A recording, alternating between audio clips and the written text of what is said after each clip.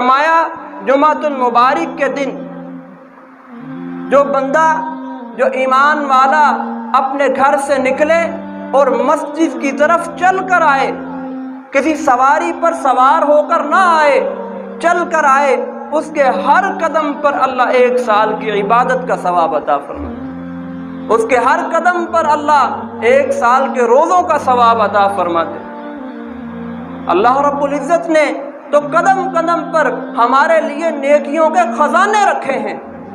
اللہ کی رحمت آج ہمیں اپنے سینے سے لگا رہی ہے، اللہ کی رحمت آج ہمارے دروازے پر دستک دے رہی ہے، لیکن آج ہم دنیا کے لاہ و لعب میں گم ہیں۔ آج ہمیں دنیا نے اندھا کر دیا ہے، آج ہمیں بہرا کر دیا ہے، آج ہمیں وہ دستک سنائی نہیں دے رہی۔